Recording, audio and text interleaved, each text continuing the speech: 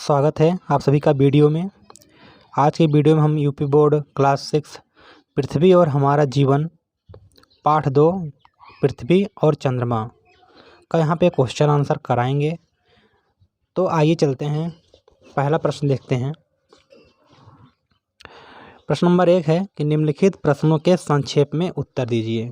का है कि चंद्रमा हमें तारों से बड़ा क्यों दिखाई देता है। तो इसका उत्तर होगा कि सभी ग्रहों एवं उपग्रहों में चंद्रमा हमारे नज़दीक है, इस कारण चंद्रमा तारों से बड़ा दिखाई देता है। जैसे पाठ में बताया गया था कि जो दर्शन कोण होता है, अगर वो बड़ा होगा तो चीज़ें बड़ी दिखाई देंगी, और दर्शन कोण छोटा होगा तो चीज़ें छोटी दिखाई देंगी। कहने का मतलब ये है कि अगर कोई वस्तु हमसे दूर चली जाएगी तो छोटी दिखाई देगी, और कोई वस्तु हमारे पास में है तो बड़ी दिखाई देगी। तो चंद्रमा हमारे नज़दीक में है, इसलिए चंद्रमा हमें अन्य ग्रहों तारों से बड़ा दिखाई देता है। प्रश्न खा है कि चंद्रमा का हमें चंद्रमा का एक ही भाग क्यों देख पाते हैं। तो उत्तर होगा कि चंद्रमा पृथ्वी का उपग्रह है और इसके चारों ओर चक्कर लगाता है। चंद्रमा एक परिक्रमण 27 दिन 7 घंटे और 43 मिनट में पूरा करता है। अपने अक्ष पर एक घूर्णन करने में चंद्रमा को इतना ही समय लगता है। यही कारण है कि हम चंद्रमा का एक ही भाग देखते हैं, जबकि दूसरा भाग हर समय हमसे छिपा रहता है। तो कहने का मतलब है कि चंद्रमा का परिभ्रमण काल एक होता है, इसलिए हम चंद्रमा का एक ही भाग देख पाते हैं। ठीक। गा है चांदनी किसे कहते हैं। उत्तर है इसका रात के आकाश में सबसे तेज चमकने वाले चंद्रमा का अपना कोई प्रकाश नहीं होता है। यह सूर्य के प्रकाश से प्रकाशित होता है। यह सूर्य के प्रकाश को परावर्तित करता है, जो हमारी पृथ्वी पर लगभग 1.25 सेकंड में पहुंचता है। इस प्रकाश को चांदनी मूनलाइट कहते हैं।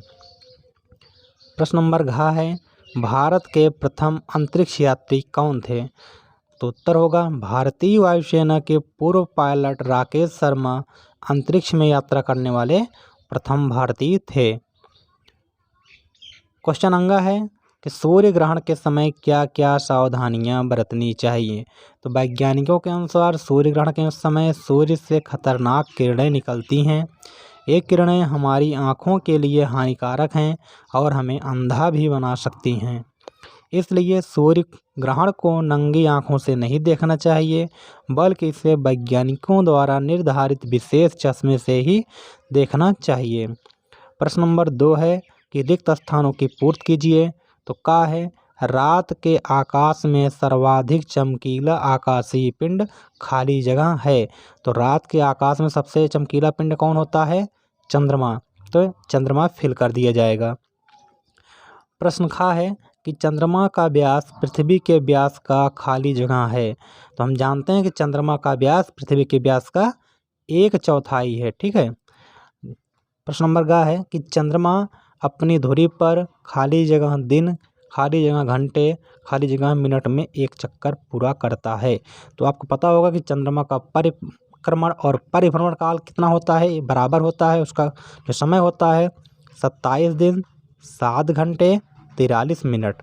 तो जो 3 खाली जगह है आप 27, 7, 43 भरेंगे।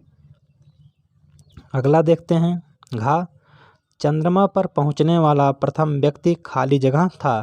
तो चंद्रमा पर जो सबसे पहले व्यक्ति पहुंचा था उसका नाम नील आर्मस्ट्रांग था। तो यहाँ आप नील आर्मस्ट्रांग फिल कर देंगे। क्वेश्चन अंगा है सूर्य ग्रहण के समय खाली जगह की छाया खाली जगह पर पड़ती है। देखिए सूर्य ग्रहण के समय, ठीक है, सूर्य और पृथ्वी के बीच में चंद्रमा आ जाता है। जब चंद्रमा आ जाता तो सूर्य का प्रकाश हमारी पृथ्वी तक नहीं पहुंच पाता, और केवल चंद्रमा की छाया ही हमारी पृथ्वी पर पड़ती है। ठीक। तो चंद्रमा की छाया पृथ्वी पर पड़ती है। अगला देखते हैं कि अंतरिक्ष की यात्रा करने वाला प्रथम भारतीय। ठीक।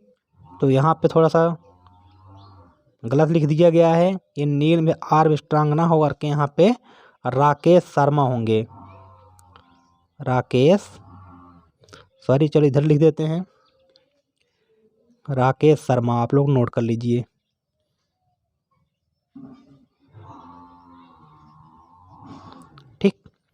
तो चा वाले में राकेश शर्मा भरा जाएगा। ये भारत के पहले अंतरिक्ष यात्री थे।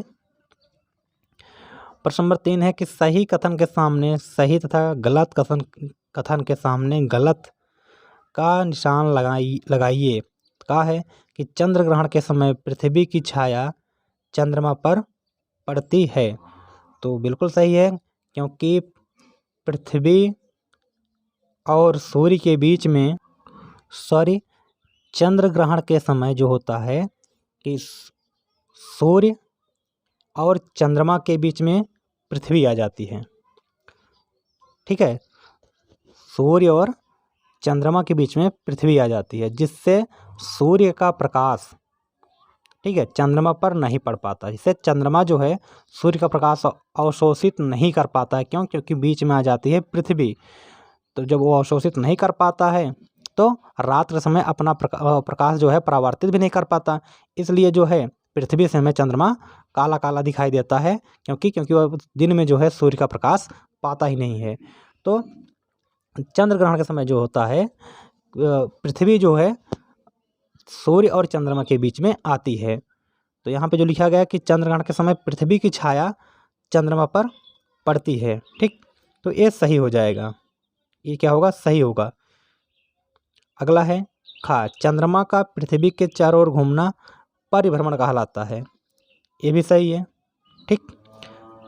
गा है, सूर्य ग्रहण को नंगी आंखों से देखना चाहिए। गलत है, सूर्य ग्रहण को कभी नंगी आंखों से नहीं देखना चाहिए। इसे वैज्ञानिकों द्वारा निर्धारित चश्मे से ही देखना चाहिए। घा है, आर्यभट्ट ने सूर्य ग्रहण एवं चंद्र ग्रहण की वैज्ञानिक व्याख्या की थी। ये भी ऑप्शन आपका सही है। ठीक, चलिए स्तंभों का मिलान कर लेते हैं।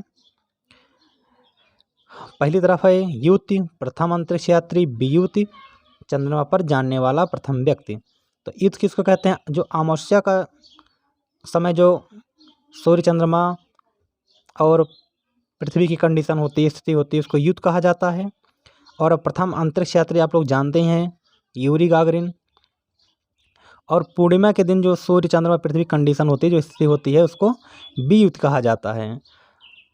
घा है, चंद्रमा पर जाने वाला प्रथम व्यक्ति। तो आप लोगों को पता ही चंद्रमा पर जाने वाला प्रथम व्यक्ति कौन था? Neil Armstrong. तो इस तरह से आपका क्वेश्चन आंसर का ये वीडियो समाप्त होता है।